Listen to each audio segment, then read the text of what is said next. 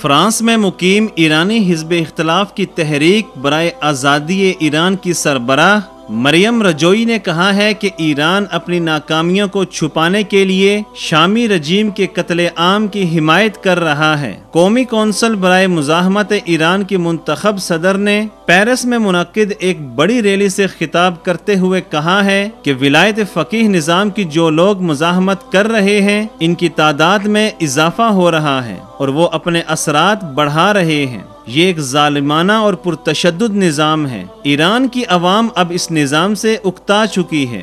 دن بدن اس نظام کے خلاف تحریکیں سر اٹھا رہی ہیں۔ رجوئی کا کہنا تھا کہ اب علی خامنائی کا حلقہ فرار کی راہیں ڈھونڈ رہا ہے۔ انہوں نے خبردار کیا ہے کہ ایران میں 1979 کے انقلاب کے بعد سے لوگوں کی ہلاکتوں اور گرفتاریوں کا سلسلہ تیزی سے جاری ہے۔ ایران کو موجودہ ابتر صورتحال سے نکالنے کا ایک ہی راستہ ہے اور وہ نظام کی تبدیلی ہے۔ NCRI کے آزاد ایران اجتماع میں ایک محتاط اندازے کے مطابق 1 لاکھ سے زیادہ افراد شریک ہوئے۔ اس میں مختلف ملکوں سے تعلق رکھنے والے ارکان پارلیمان اور سرکردہ عالمی شخصیات نے شرکت کی ہے۔ مقررین نے خطاب کرتے ہوئے کہا ہے کہ ایرانی عوام آیت اللہ خمینی کے پہلے سے شکار ہو چکے ہیں۔ خمینی اور اس کے پیروکاروں نے دنیا بھر میں انقلاب کو برآمد کرنے کی کوشش کی لیکن سخت ناکام ہوئے۔ ریلی کے شرکاء نے ان کی تقریر کے دوران ایرانی رجیم کے خلاف اور اس کے خاتمے کے حق میں سخت نعرے بازی کی۔ ایران میں ولایت فقیہ کا نظام بالکل ناکام ہو چکا ہے۔ عوام میں اس نظام کے متعلق شدید نفرت پائی جاتی ہے اور وہ اسے ناپسند کرتے ہیں۔ آئے روز حکومت اور اس نظام کے مخالف تحاریک جنم لے رہی ہیں۔ ایران کا حکومتی نظم